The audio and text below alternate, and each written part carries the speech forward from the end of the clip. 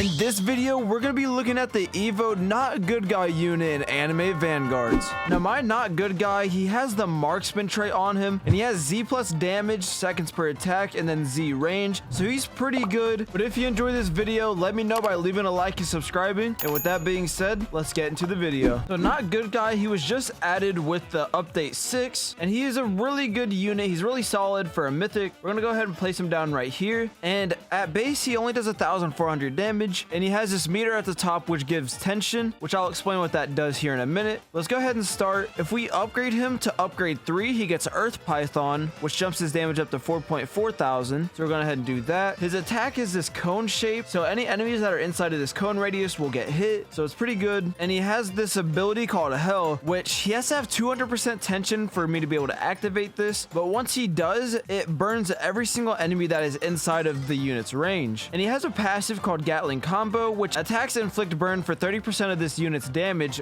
over 5 seconds. Anytime this unit attacks burning enemies, it follows up with another attack, so it does 30% of the damage. So right now his burns would do 1,000 damage to the enemies, but if we go ahead and upgrade him up to upgrade 7, he'll get Ruler Rage, which makes his damage go up to 11.5 thousand. So now his burns would be doing about 3,000 damage or so. So due to the burns being 30% of his damage, it would definitely be best to get Monarch on him, which I was not able to get, unfortunately. But if I did, then my burns would be doing 11,000 damage instead of only 3,000. But if we go ahead and max him out, he's doing 13.7 thousand damage now, and he has a new move called Dragon Install, which drains the meter by 2% every single second, and he cannot build the meter while in this mode, but he does 150% more damage and 30% longer range. So if we go ahead and activate it, then you can see his range goes up and he does more damage. So now his burns would be doing about 11,000 damage, and he's doing 34,000 total damage. And you can see his meters also going down now, but he does this crazy move. If we just spawn in a bunch of enemies, he'll just be taking out every single enemy that is inside of his range very easily, and they all even get the burn effect on them, so even if they're burned and they get out of his radius, they'll still be taking damage. Oh, let's see this brisket boss. Just watch their health go all the way down. Oh, they actually have the shield, so that's actually not good. So you need a unit like Dante or something to get rid of the shield of the brisket. All right, now you can see if we watch the damage on the brisket, now the burn is doing 800 damage on the brisket. Let's hit the dragon install so we do more damage, and now you can see the burn is doing 2,000 damage instead, and we're lagging because there's so many enemies coming. But since we have not Monarch on him, we can go ahead and place down up to 3 of him, which is really good if you stack them all, because now it's basically like as if he did have Monarch, so they do a lot of burn onto the enemies. But yeah, so the dragon install, the meter gain is reduced to 0% per attack, and he makes it to where he cannot get status effect and he cannot get debuffed at all from enemies. So that's also what's really good about the dragon install. And then anything that's burning and they die while he's in the dragon install, then all the enemies in range will get burned for 30% of this unit's damage. So the dragon install ability allows for him to not get debuffed and not have any status effects happen to him. So if you're on any maps that have any enemies that make it to where their damage or their range get debuffed